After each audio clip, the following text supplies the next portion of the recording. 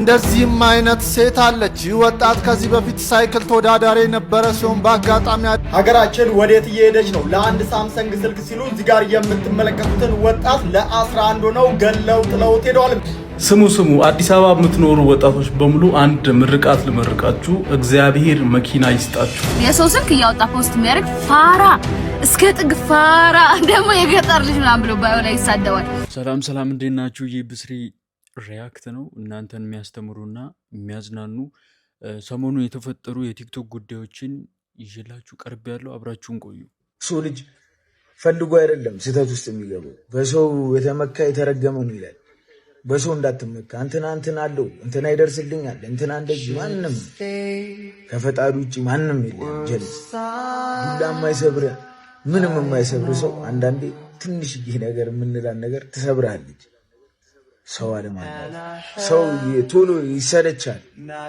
በሁለት በሶስት በአራት እንትን ይሰለቻል። ሰው ልጅ ጥጉን ትፈተናለህ። ፈተና ሰው ከጎን ታጣለህ ምናምን። እመቤቴ ነው ከጎን ማንም የለኝም ነው ማንም። እንግዲህ ኩኩሻ እንደሚለን ከሆነ ያው በሰው ትሰበራለህ፣ ሰው ላይ ከተደገፍክ፣ ሰውን ከተማመንክ ሰው ይጎዳሃል ነው እያለን ያለ ነው። እዛ ላይ የማያይዙ ከዱላ በላይ ቃል ይሰብረናል እና በእግዚአብሔር ተደገፉ፣ በሰው አትደገፉ፣ በሰው አትመኩ እያለ ነው። በጣም ጸድ የሆነ መልእክት ነው እያስተላለፈ የነበረው። መቀጠል አቆመ፣ ተኛ፣ በቃ ለዘላለም አንቀላፋ ነው እኮ። ምንድን ነው የሚሆነው? ሰው ከሞተ በኋላ ምንድን ነው የሚሆነው? አንደኛ ዝም ብለህ ይሄ ሜታፊዚካል ሌቭል እናውራካ። ሰው አሁን ሞቷል። ሰው ሞቷል። የለም በህይወት ሰው የለም። አሁን አንተ በህይወት የለህም ነው? እናንተ የለንም እኮ ቅድም እየነገርኩህ አይደል? ጎስት እኮ ነው። ከመቃብር ላይ ይሄ ጎስት እያሉ የሚሰሩልህ ፊልም አለ አይደለ? ጎስት ላይ ነው አሁን። ይሄ ልክ እንደ ህልሙ ማለት ነው። እየተንቀሳቀሰ ከሞት በኋላ ባለ ህይወት ነው ያለ ነው። አሁን ሞተን ተነስተን ያለ ነው። ከሞት በኋላ ባለ ህይወት። አዎ ይሄ ቨርቹዋል ነው። ቨርቹዋል ነው። ይሄ እኮ ውሸት እኮ አይደለም። ማውራ እኮ ገባኝ እኮ ንገረኛ፣ እሱን አስረዳኝ ነው። አሁን ወደፊት አይደለም የሚሞተው እኮ ለተመልካቾችም ግልጽ የሆነ ነገር ኮንሰፕት እንዲያገኙ እኮ ሰው ወደፊት አይደለም የሚሞተው። 100% አሁን ሞቷል። አሁን በህይወት የለም። አሁን እኛ በህይወት የለም። አሁን ላይ በህይወት አታገኘውም አንድም ሰው አንድም ማለት ነው። ስለዚህ ሁሉም ሞቷል። ያ ቀደም እንዳልኩ ሙታን ይቆሯቸው ነው ያለው። በሞት ውስጥ ነው ሁሉም ያለው፣ በሞት ጥላ ስር ማለት ነው። አሁን ሞተን ነው ያለነው። ሁሉም ሞተን ነው ያለው። ያው የለም ቢኮዝ ለዛ እኮ ነው ስለሞተ እኮ ነው የሞተ ሰው ቼክ የምታደርግበት መንገድ ልንገርህ። እሺ አሁን ለምሳሌ እዚህ ጋር አንድ አስክሬን እናስተኛ፣ የሞተ ሰው እናምጣ ከምኒልክ ሆስፒታል። ከዛ ሌላ ደግሞ አንድ ሰው በህይወት አለው ሲል የሚል ሰው አምጣና እዚህ ጋር ቁጭ አድርገው። ማነህ ብትለው በህይወት ያለውን ሰው አያውቀውም። የነገርኸውን ነው የሚነግርህ። ከበደ ነኝ ምናምን ነው የሚልህ። ቀጥሎ ማነህ ብትለው ሰው ነኝ ምናምን ነው የሚልህ። የነገርኸውን ነው የሚነግርህ። ምን እንደሆነ በስህተት አያውቅም ወይም ቀዳዳ የለውም ከነገሩት ውጭ። ይሄ ራስህን ቼክ ማድረግ ትችላለህ። አታውቅም። ከነገሩት ውጭ አንዲት ነገር በስህተት አታውቅም። የነገሩህን ከሆነ የምታውቀው ይሁን ከሆነ ማታውቅ ከሆነ አሪው አላይቭ እንዴ? ለምን በህይወት ስርዓት ውስጥ ስላለው አይደል እንዴ? ሲደክመኝ የምተኛው ሲርበኝ የምበላው ችግር የለም። እሺ መብላትም መድከምም መተኛትም ምናምን ምስል ነገር ነው። ያው መቀመጥ ነው ተብያለሁ፣ መቀመጥ ነው። ቆሜ ነው ብለህ ውሸታ ነው የምትለኝ። አሁን ቆሜ ነው ያለሁት ብለህ ለአንተ ውሸታም ነው። ይሄ መቀመጥ ተብያለሁ። አዎ እኮ ምክንያቱም ቁጭ ብለህ ደግሞ ስልሳው ተነስተሃል። ይሄ መቀመጥ ነው ካለው ውሸታም፣ ይሄ አጭበርባሪ ነው ምናምን ነው የሚለው። ይሄ የተባልኩት ከሰማሁት ከንግግር ውጭ የሆነው ነገር ምንድን ነው? ይሄ ግድግዳ ነው ችግር የለውም ይባል አይባል እሱ አያጣላም። ግን ተነግሮኝ ነው የሆነው። ምንድን ነው ብትለው አያውቀውም ነው። አሁን ይሄ እያወሩ ነው፣ ኢንተርቪው ነው፣ ሶፊ እየጠየቀው ሙላት እየጠየቀው ነው ምናምን እኮ ችግር የለውም። ለጌሙ ቢባል ችግር እኮ የለውም። ግን ነው ወይ በትክክል አንተ ሶፊ ነህ ወይ በትክክል እኔ ሙላት ነኝ ወይ በትክክል ይሄ ኢንተርቪው ነው ወይ? ማን የነገረን? ማን ያለን? እንዴ ከነገሩን ውጭ እየሆነ ያለውን ነገር ማወቅ እንችላለን። ለዛ እኮ ነው አንሰው እኮ አንዳንድ ቆሞ ለምሳሌ ማንም የቆመ ቢሆን እንዳልክ ይጠቀቅ ምን ተጠቅሞ ለምሳሌ ማንም የቆመ ቢመስለው እኮ ወድቋል እኮ የቆመ ነው የሚመስለው መስሎ ታረሱ ቆሞ መስሏል። አወድቀስ ቢሆን የተቀመጠ ቢመስለው እንዳይወድቅ ይጠቀቅ ነው። አዎ ለምን መሰለህ? እንዳልወደቀስ በምን ያውቃል እኮ ነው። እንዳልወደቀ በምን ያውቃል ነው። ገብቷል? በምን ታውቃለህ? ስለዚህ አዳዲስ እንደዚህ አይነት ሀሳብ የያዙ ሰዎች ብቅ እያሉ ነው በሚዲያዎች ላይ። በጣም ነው የሚያደናግሩት። አዳዲስ እብዶች ማለት ይከብዳል።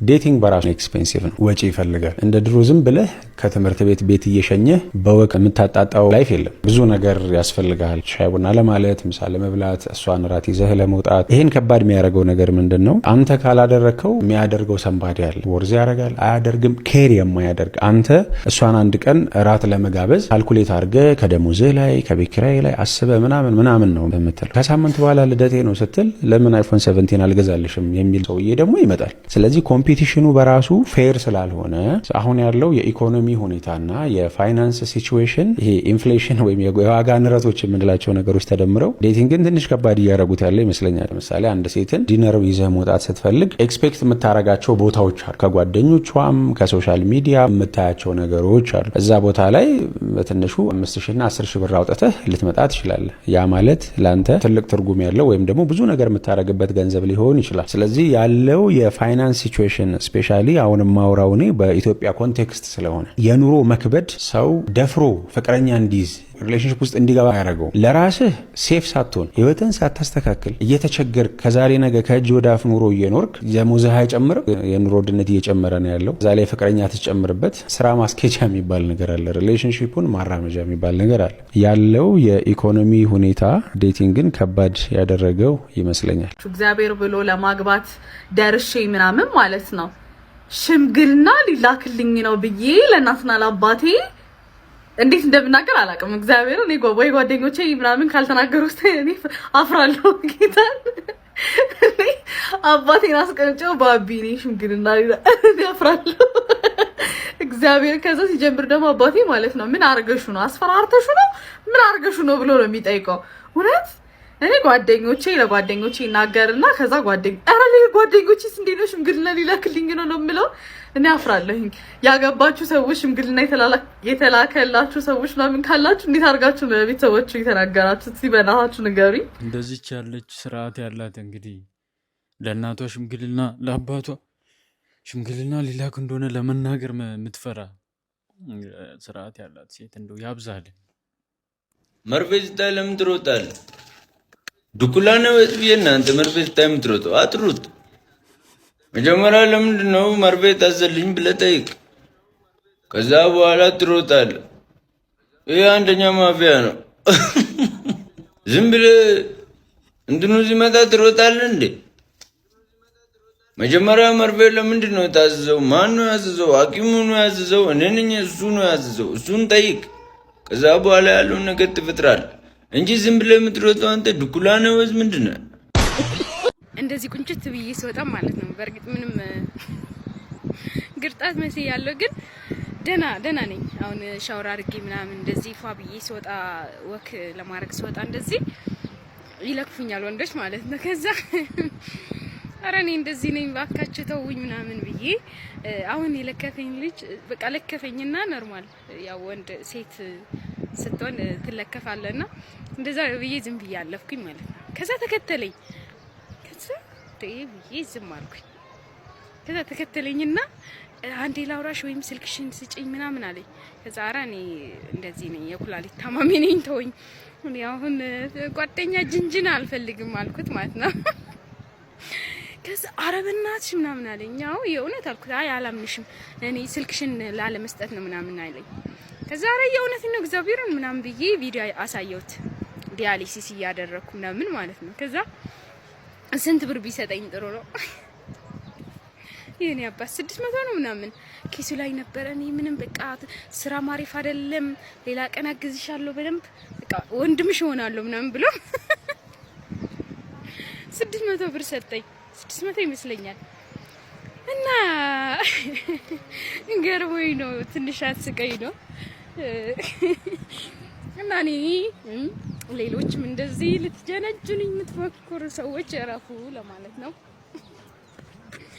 ያው ምን ይጀነጀናል? የእውነት እናውራ ከተባለ ማለት ነው። እና እንዴት እንዳሳቀኝ ሌላ ብዙ ነገር አውርተናል ከልጅ ጋር እና ከአንድ ሰዓት በላይ ቆይተናል። ቡና ቤት ቁጭ ብለን ቡና ጋብዞኝ ምናምን ብዙ አወራን። እሱም ብዙ አወራኝ ምናምን ጓደኛሞች ሆነን ስልካችን ተለዋወጥን ምናምን። ፍቅረኛዬ ያለኝ ፍቅረኛው እንደሆነ የነበረ አይ አማርኛ ወይኔ ሙዳን ያለ ፍቅረኛው እንደሆነ እያሰበ የነበረ አሁን እህት ሆኛለሁ በበሽታዬ ምክንያት ማለት ነው። እና ለዛ ነው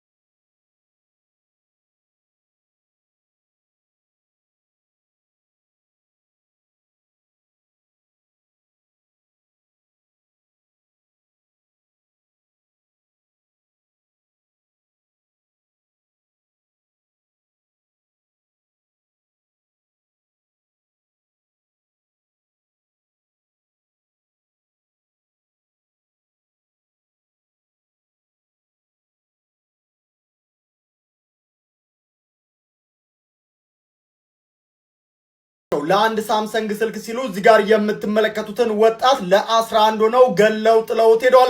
ይሄ የሆነው ሰሞኑን በዚሁ በመዲናችን አዲስ አበባ ማለት ነው ከቦሌ ቡልቡላ ወደ ኮዬ ፈጬ በሚወስደው መንገድ ላይ ባለው ትልቅ ድልድይ ስር ማለት ነው። እዚህ ጋር የምትመለከቷቸውና ሌሎች ተጨማሪ እዚህ ሴቶችን ጨምሮ ወደ 11 የሚጠጉ ግለሰቦች አንድ ሳምሰንግ ስልክ ቅድም ከተመለከታችሁት ሟች ላይ ለመንጠቅ በማሰብ በጩቤ ወግተውት ማለት ነው ገለውታል። ከዛም ታዲያ በመኪና ወስደው ከቦሌ ቡልቡላ ወደ ኮዬ ፈጬ በሚወስደው መንገድ ላይ ድልድዩ ስር ጥለውት ሄደዋል። ታዲያ ይሄንን ወንጀል ከፈጸሙ በ48 ሰዓታት ውስጥ የአዲስ አበባ ፖሊስም በቁጥጥር ስር እንደዋላቸው ተሰምቷል። ይሄ እጅግ በጣም ቅስም ይሰብራል። ለትንሽ ንብረት ትልቅ የተባለ የሰውን ሕይወት አጥፍተዋል። እነዚህ ሰዎች ተገቢውን ቅጣትም ያገኛሉ ተብሎ ይጠበቃል። ለሟች ነፍስ ይማር። ስሙ አዲስ አበባ የምትኖሩ ወጣቶች በሙሉ አንድ ምርቃት ልመርቃችሁ። እግዚአብሔር መኪና ይስጣችሁ። እግዚአብሔር በመኪና ይባርካችሁ። ባይዘወይ ቀላል አይደለም። አንዳንድ ሰዎች ልትስቁም ኮሜንት ላይ እንደምታስቡ አውቃለሁ፣ ግን ቀላል አይደለም። አዲስ አበባ ውስጥ ስትኖሩ ቀናችሁን በጣም ከባድ የሚያደርግ ኢነርጂያችሁን የሚጨርስ እና ከሰው ላይፍ በቃ ወደኋላ እንድትቀሩ የሚያደርገው አንዱ ነገር መኪና ማጣት ነው እና ይሄ በጣም ሲሪየስ ነው። ለግዠሪ አይደለም፣ በቃ ኦልሞስት ቤዚክ ኒድ ሆኗል እና እግዚአብሔር መኪና ይስጣችሁ። አሜን በሉ። በችግር ሰዓት ስልክ ካልጠራ በደስታ ጊዜ ሳይለንት አድርገው። አንድ የሚመቸኝ የቻይኖች አባባል አለ።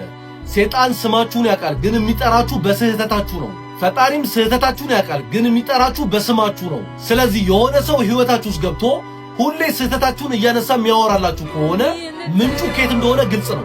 ባሏ እንዳይሞትባት ለመስራቅ ስትሞክር ተይዛ ፍርድ ቤት የቀረበችው የምታሳዝነው እናት። እቺ እናት እንግዲህ ስሟ ሄለን ትባላለች። 91 ዓመት የሆነው ባል አላት እና ባሏ ደግሞ ከፍተኛ የሚባል የልብ ታማሚ ነው እና ሆስፒታል ውስጥ የሚጠቀመው መድኃኒት $50 ነበር የሚሸጠው። ነገር ግን የዚህ መድኃኒት ዋጋ በአንድ ጊዜ ወደ $900 ይጨምራል። እጅግ በጣም ከፍተኛ ጭማሪ ማለት ነው። እና ይህንን መድኃኒት ለመግዛት እቺ እናት የተለያዩ ሰዎችን ብድር ትጠይቃለች፣ ነገር ግን አልተሳካም። ኢንሹራንሶችንም ትጠይቃለች፣ ነገር ግን ምንም አይነት ምላሽ አልሰጧትም ነበረ። እና ያላት አንድ አማራጭ ነበረ። እሱም በቀጥታ ወደ ሱፐርማርኬት በመሄድ ይህንን መድኃኒት ሰርቃ ልትወጣ ስትል እዛው እጅ ከፍንጅ ትያዛለች። ባሏ ይህንን መድኃኒት ሳይወስድ 3 ቀን አልፎት ነበረ። እናም ወደ ሞቱ እያመራ ነበር። እና በፖሊሶች ተይዛ ወዲያውኑ ፍርድ ቤት ትቀርባለች። እንደምትመለከቷትም የለበሰችው የሆስፒታሉን ልብስ ነበር። እናም ዳኛው ለምንድነው በዚህ እድሜው የሚሰርቁት ብሎ በሚጠይቃት ሰዓት ላይ በእንባ የተሞላ የባሏን መታመምና ባሏ ወደ ሞቱ እየሄደ እንደሆነ እንዲሁም ደግሞ ለባሏ ይህንን መድኃኒት ለመግዛት ምን ያክል እንደለፋች ለፍርድ ቤቱ ታስረዳለች። ሁሉም ሰው እጅግ በጣም ነበር ያዘነላት። እና ዳኛውም ወዲያውኑ ትዕዛዝ ያስተላልፋል፣ እጇ ላይ የነበረው ካቴና እንዲነሳላት ማለት ነው። ከዛም በኋላ ስልክ ይደውላል። ማለትም ባሏ ወደተኛበት ሆስፒታል ስልክ ይደውልና ሰውየው የሚያስፈልገው እያንዳንዱ ነገር እንዲደረግለትና እያንዳንዱን ወጪ ደግሞ መንግስት እንደሚከፍለው ለሆስፒታሉ ትዕዛዝ ያስተላልፍላታል። እና ተከሳበት የነበረውንም ደግሞ የስርቆት ክስ ይሄ የስርቆት ክስ አይደለም፣ ህይወት የማዳን ተግባር ነው፣ ምንም አይነት ክስ የለብሽም በማለት እቺን የምታሳዝን ሴት በነፃ አሰናብቷታል ማለት ነው። ለዚህ የሚገርም ዳኛ እስቲ ያላችሁን ሀሳብ ቁጭ አድርጉልኝ። ያልሻትን ነገር ትኖሪያታለሽ። ያልፍልኛል፣ ይሳካልኛል፣ ይሆንልኛል ካልሽ የጊዜ ጉዳይ ነው እንጂ ሁሉ ነገር ይሳካልሻል። ነገር ግን በተቃራኒው ከሆነ የምታወሪው ሰው ያፉን ፍሬ ይበላልና ያፍሽን ፍሬ ትበያለሽ። ስለዚህ የምትያት ነገር ላይ እየተጠነቀቅሽ አስፈላጊ ሆነ። አስፈላጊ ካልሆንክ ማንም አይፈልግም። ለምሳሌ እዚህ ውስጥ ይሄን ውሃ ጠጥተን ስንጨርስ ይሄ ላስቲክ እዚህ ቦታ ውስጥ አያስፈልግም። ስለማያስፈልግ በኋላ ተጠርጎ ይወጣል። እና የሰው ልጅም በህይወትህ ላይ ለምትፈልገው ቦታ ላይ አስፈላጊው ራስህን እንደ አስፈላጊ መሆንን እወቀው። እኔ ካላስፈለግኩ መንግስት አይፈልገኝም። ለሀገሪቱ አስፈላጊ መሆን አለብኝ። እኔ ካላስፈለግኩ ቤተሰቦች አይፈልጉኝም፣ መስሪያ ቤት አይፈልገኝም፣ አብሮኝ የሚሰሩ ሰራተኞች አይፈልጉኝም። ሰራተኞች ካላስፈለጉ እኔ አልፈልጋቸው። እና አስፈላጊ መሆን ኢምፖርታንት ነው። እና በራስ ላይ ሰርተህ ለዛ ጉዳይ አስፈላጊ። ይቺ ሴት ባሏ እየማገጠ ሲያስቸግራት ባሏን ጉድን የሰራችው ይቺ ሴት እንግዲህ ባሏ በተደጋጋሚ ይማግጥባታል። እሷም እንግዲህ ይህን ነገር እንዲያቆም ብትነግሮም እሱ ግን ሊያቆም አልቻለም። ታዲያ አንድ ቀንም ባሏ በሌለበት ሰዓት እሱ ለግንኙነት የሚጠቀመው ማለስለሻ ቅባት ላይ እንግዲህ እሱን ከውስጡ ደፍታ ማጣበቂያ ጨምራበት ትሄዳለች። ታዲያ ባልም እንደለመደው ሌላ ሴት አምጥቶ አሸሼ ገዳሜ ሲል ያንን ነገር ሲጠቀም ታዲያ አሸሼ ገዳሜ ሲሉ እዛው ይጣበቃሉ። ከዛ መላቀቅ አልቻሉም። አማራጭ ስለጠፋም ዶክተሮች ይመጡና ወደ ሆስፒታል ይወስዷቸዋል። ሰውየውና ሴትየዋ ተዋረዱ፣ ተሸማቀቁ ነው የምላችሁ። ከዛ በኋላ ከ6 ሰዓት ልፋት በኋላ ነው መላቀቅ የቻሉት። እናም በአሁኑ ሰዓትም ብዙ ሰዎች ይቺን ሴት እያደነቋት ይገኛሉ። ደግ አደረገችው እያሉም ይገኛሉ። እናንተ ያደረገችው ነገር ልክ ነው ትላላችሁ? አስተያየታችሁን ኮሜንት ላይ አስቀምጡ። ደግሞ ፎሎ ማድረግ እንዳይረሳ። ሰው አምቶ ቅማል በልቶ አይገልህም ይላል ያገር ሰው። ምንም ብታረጉ የሆነ ስያሜ ይለጠፍላችሁ። ስለዚህ ሁሌም በራሳችሁ መንገድ መሄድን ምረጡ። ብሩክዚቲ ነኝ። ቸር ቆዩልኝ።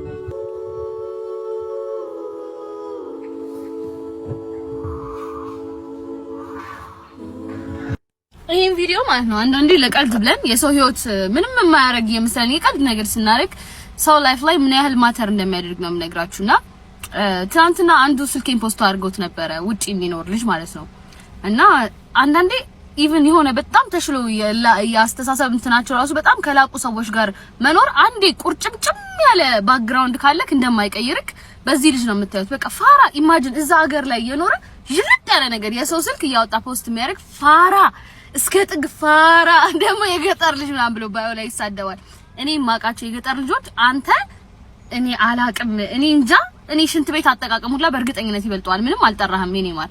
እና 1889 ስልክ ነው ጋይስ አንኖንስ ስልኮች ሳይለንት ያደረገልኝና ከዚህ ውስጥ ስንት የስራ ስልክ እንደሚኖር አስቡ። ማውቅ ራሱ አልችልም። ስልኬ ተበትኗል። ዋትስአፕን ቴሌግራም ላጠፋ ነው አዲስ ሲም ካርድ አውጥቼ ማለት ነውና ይሄ ሁሉ በዚህ ፋራ ቀልድ ነው። እኔ ምለው ማነው 1000 ዓመት ትኖሪያለሽ ብሎ ቃል ይገባልሽ? የምትኖሪያት እድሜ እኮ በጣም አጭር ናት። እሷንም ደግሞ ለሰው በትነሽ ከፋፍለሽ ኋላ ለራስሽ ሳትኖሪ እንዳሞች በደንብ አስቢበት። ያው አርጀንቲና በላች ምን ልትሆን ምን ሊውጥህ ነው? ዳኛ ነው ምን ማለት ዳኛው ምን ያርጋ አንተ? ለምን ዳኛ? አረ ማይም ሲጀመር ይኸውልህ አታውራ። ይኸውልህ መረቡ ራሱ ልክ አልነበረም። ተመሳሳይ አይደለም አይደለም። ሲጀመር ኳስ ራሱ በእኛ ኳስ ለምን አይጫወቱም? ሜሲ ነው ሁሌ ኳስ ይዞ የሚመጣው እንደዛ መሆን የለበትም። አንተ እንደዚህ አይባል። ኧረ ዞር በል ዳኛው ፊሽካ ሲነፋ ነው እንደዚህ ፈረን እንዴ አርጎ አይነፋም ዳኛው። እኔ ተመልክቼው። ኧረ ዞር በል። ሲጀመር የዘንድሮ ዓለም ዋንጫው ለስፔን ነው የምትበላው። እሺ ስፔንም ጀማል አለ ሲጀመር ኳስ ስራ ላይ ማተኮር ነው። የምን ያለው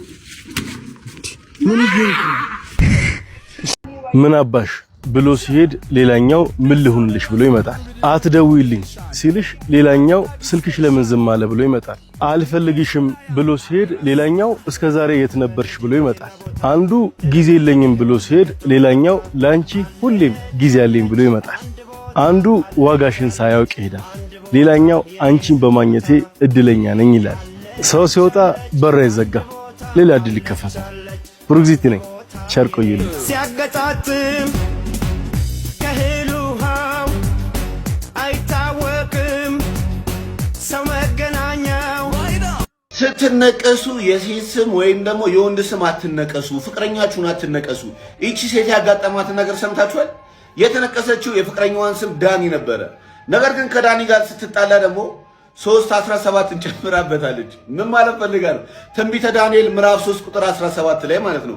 ይህን ቃል ከመጽሐፍ ቅዱስ አንብባችሁ ኮሜንት ላይ መታችሁ ጻፉልኝ። እኔ ሲሰርቡኝም ዝም ነው የምለው። አሁን ማለት ነው እንደው ሲመቱኝም ዝም፣ ሲሰርቡኝም ዝም ነው የምለው፣ ሲመቱኝም ዝም ነው የምለው። ግን ሀገደሉኝ ማለት ነው። ሀገደሉኝ ገልጋይ የማያድናቸውም ከባድ ነው በጣም ልውጡጥ ነው የምለው። ሰሞኑን ምንድነው ቡናው ልክ አይደለም እያሉ ነው ከስተምሮች። እያናገርኩሽ እኮ ነው። ወይ ስራውን ማትፈልጊው ከሆነ ማቆም ትችያለሽ። አረ ለምን አቆማለሁ? አስተካክላለሁ፣ ሰራለሁ። ይኸውልሽ ካሁን በኋላ ሰላም ነው አባት። አቤት። ስራ ፈልጌ ነበር። የምን ስራ? ቡና ማፍላት። አንተን ቡና የምታፈላው? አዎ ከፈለክ ሞክረኝ፣ ለተወሰነ ጊዜ በነፃ። አይ አያስፈልግም፣ ለጊዜውም ቢሆን አለች። እኔም ብትቀጥረኝ ግን ደንበኞች የሚወዱትን ቡና አፈላለ ነበር። አንተ አለን አልኩ አይደል እንዴ? ወንድ ልጅ ደግሞ ቡና ያፈላል እንዴ?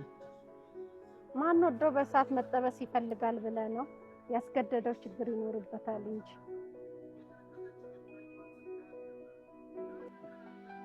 ደግሞ ብለህ ዛሬ ቡና ልቀጠር ትላለህ? እና ከመምሽ በላይ ረፍታተሽ ስትሞች ማየት አለብኝ እንዴ?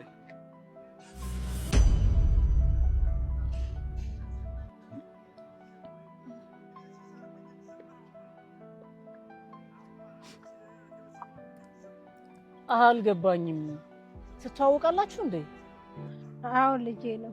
ምን ታዲያ ለምን እኔ ላይ እንደማይተዋወቅ ሰው መሆን አስፈለገ? እናቴን ላግዛት ብዬ ነው። የምንኖረው ደግሞ ሰላሌ ነው። እኔ ታክሲ ረዳት ነበር፣ እናቴ ደግሞ ቡና በማፍላት ነው የምትተዳደረው። አሁን ግን በደረሰባት የኩላሊት ህመም ሁለቱም ኩላሊቶቿ ፌል ስላደረጉ ለሕክምና እስከ 5 ሚሊዮን ብር ስለተጠየቀን እኔ እንኳን ሰርቼ እንዳላሳርፋት ስራ አጣሁ። እሷ ደግሞ ህመም ላይ ሆና ቡና ታፈላለች። ቢያንስ በዚህ ላሳርፋት ብዬ ነው። ይህ ድራማ አይደለም። አሁን የተመለከታችሁት የእናትና የልጅ እውነተኛ ህይወት ነው። በእርግጥ የእርዳታ ቪዲዮውን ለመስራት ሲባል እዚህ የምታዩት ፖሎ ቺክን ውስጥ መተን ነው የሰራ ነው። እነሱ የሚኖሩት ግን ሰላሌ ውስጥ ነው። እናታችንን መርዳትና ማገዝ የምትፈልጉ በእነዚህ ስልክ ቁጥሮች ማግኘት ትችላላችሁ። ይህ ድራማ አይደለም። እሺ አካውንቶትን ይንገሩ። 1000 ያው 10,000 ብር በማስገባት ቻሌንጁን እኛ ጀምረናል። አመሰግናለሁ ልጆቼ። ዘመኔን ሙሉ እሳት ሲጠብሰኝ የኖርኩት ምስኪን እናታችሁ ነኝ። ከቻላችሁ በዚያ እንኳን ሁላችሁም እርዱ። ቢያንስ ለልጆቼ ልኑርላቸው። 4 ወር የሚሆን ዘይት ለ4 ወር የሚሆን ዘይት ከባለቤቴ እጅ በገዛ እጄ ፈርሜ ተቀብያለሁ ብለሽ ፈርሜ።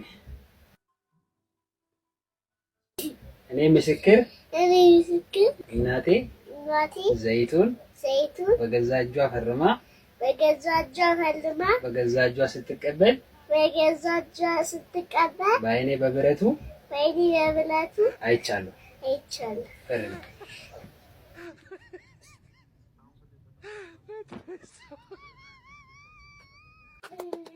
ዮስቲዬ እኔና አንቺ ስለምን ይቅርብን። ይሄ ቪዲዮ ስንት ላይክ ከገባ ጡት ታቆሚያለሽ?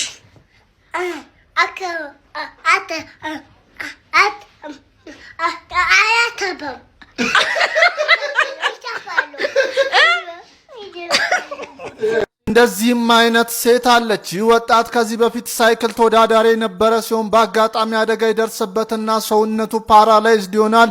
የሚንቀሳቀሰውን በዊልቸር ነው፣ መናገርም አይችልም። ዛሬ ላይ በስርዓተ ተክሊል ያገባችው ልጅም ልጁን ያወቀችው አደጋ በደረሰበት ወቅት ነበረ። ትውቃቸውም ወደ ፍቅር አድርጎ ከህመሙ እንኳን ሙሉ በሙሉ ሳያገግም በትዳር ለዛውም በስርዓተ ተክሊል ተጋብቷል። በስርዓተ ተክሊል ያገባት ቀንም ትልቅ ተአምር ተፈጥሯል። ቃል ኪዳኑ ሲነገርም ይህ ልጅ አንደበቱ ተፈቶለት ያንኑ ዕለት መናገር ችሏል። የዛሬው ቪዲዮቻችን እነዚህ ይመስሉ ነበር። ሌላ ጊዜ ደግሞ በሌላ ቪዲዮች እንገናኛለን። መልካም ጊዜ ይሆንላችሁ።